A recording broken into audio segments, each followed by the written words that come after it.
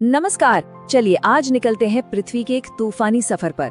तैयार हैं दुनिया के 7 महाद्वीपों के कुछ सबसे कमाल के राज जानने के लिए।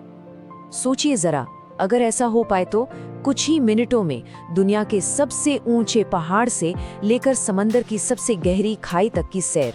ये एक बहुत ही जबरदस्त सफर होने वाला है। तो चलिए शुरू करते हैं। तो ठीक है, शुरू करते हैं। हमारा पहला पड़ाव है दुनिया का सबसे बड़ा महाद्वीप, एक ऐसी जगह जो सच में अपनी एक्सट्रीम चीजों के लिए जानी जाती है। जी हाँ, एशिया में है धरती का सबसे ऊंचा पॉइंट, हिमालय का माउंट एवरेस्ट, 8,850 मीटर। पता है ये कितना ऊंचा है? लगभग उतनी ही ऊंचाई पर कमर्शियल प्लेन्स उड़ते हैं। मतलब जमीन पे खड़े होकर आसमान को छूने जैसा है एहसास। और ये तो कमाल का कॉन्ट्रास्ट है, जहाँ एक तरफ आसमान छूने की बात हो रही है, वहीं दूसरी तरफ दुनिया का सबसे गहरा पॉइंट भी यही है, मारियाना ट्रेंच, 11,000 मीटर से भी ज्यादा गहरा। सोच कर देखिए, अगर माउंट एवरेस्ट को इसमें उल्टा डाल दें तो भी वो पूरा डूब जाएगा और उसके ऊपर भी कई किलोमीटर तक सिर्फ पानी होगा। और एशिया के रिकॉर्ड यहीं खत्म नहीं होते। अरे नहीं, यहीं पर है पामीर का पठार, जिसे दुनिया की छत भी कहते हैं। दुनिया की सबसे गहरी झील बैकाल, वो भी यहीं है। और दुनिया का सबसे लंबा railway track, trans Siberian railway, जो करीब 9,500 किलोमीटर लंबा है, वो भी यहीं है।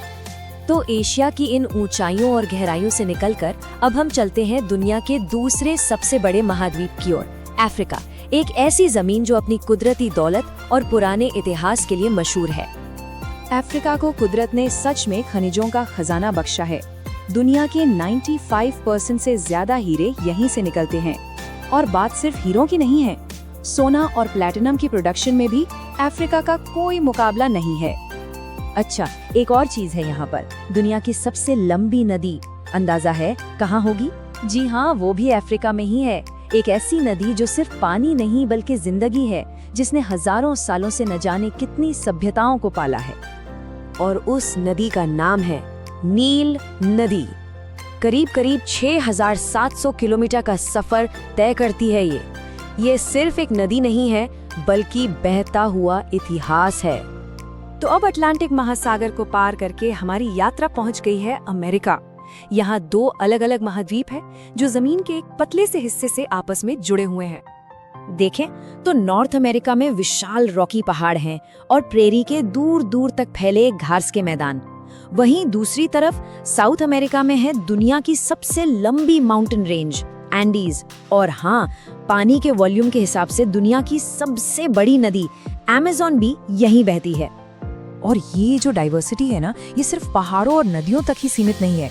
यहाँ के पेड़ पौधों में भी गजब की बातें हैं। जैसे साउथ अमेरिका में एक पेड़ मिलता है, कुए ब्राचो। इसकी लकड़ी इतनी ज्यादा सख्त होती है कि लोग इसे कुल्हाड़ी तोड़ने वाला ही बुलाते हैं। चलिए अब एक बड़ा ही दिलचस्प जोड़ा देखते हैं। 2 ऐसे महाद्वीप जो एक दूसरे से बिल्कुल अलग हैं। एक तरफ है घनी आबादी वाला यूरोप और दूसरी तरफ है विशाल, फैला हुआ और काफी हद तक सूखा ऑस्ट्रेलिया। तो यूरोप की खासियत क्या है? यहाँ आबादी बहुत घनी है और यहाँ की जमीन का खूब इस्तेमाल होता है। शहर बसे हैं, इंडस्ट्रीज हैं और खेती भी बहुत इंटेंसिव तरीके से की जाती है। और इसके एकदम उलट है ऑस्ट्रेलिया। उसे तो प्यासी धरती का देश भी कहते हैं, क्योंकि इसका अंदरूनी हिस्सा बहुत बड़ा और सूखा है। मतलब ज्यादातर इलाका रेगिस्तान जैसा है। और क्योंकि ऑस्ट्रेलिया बाकी दुनिया से लाखों साल तक अलग थलग रहा, यहाँ ऐसे अनोखे जानवर पनपे जो दुनिया में और कहीं नहीं है। कंगारू, कोआला, प्लैटिपस और हाँ, कूकाबुरा नाम की एक चिड़िया भी है, जिसकी आवाज सुन के लगता है जैसे कोई इंसान हंस रहा हो। तो चलिए अब अपने सफर के आखिरी पड़ाव पर चलते हैं, पृथ्वी की सबसे ठंडी, सबसे सूखी और सबसे अलग थलग जगह। सच कहूं तो ये जगह किसी दूसरे ग्रह जैसी लगती है। अंटार्कटिका कितना विशाल है, इसका अंदाजा लगाना है तो बस इतना सोचिए कि यहाँ जो बर्फ की चादर है वो कुछ जगहों पर 5 किलोमीटर मोटी है। 5 किलोमीटर, ये तो जैसे बर्फ का एक जमा हुआ महासागर हो।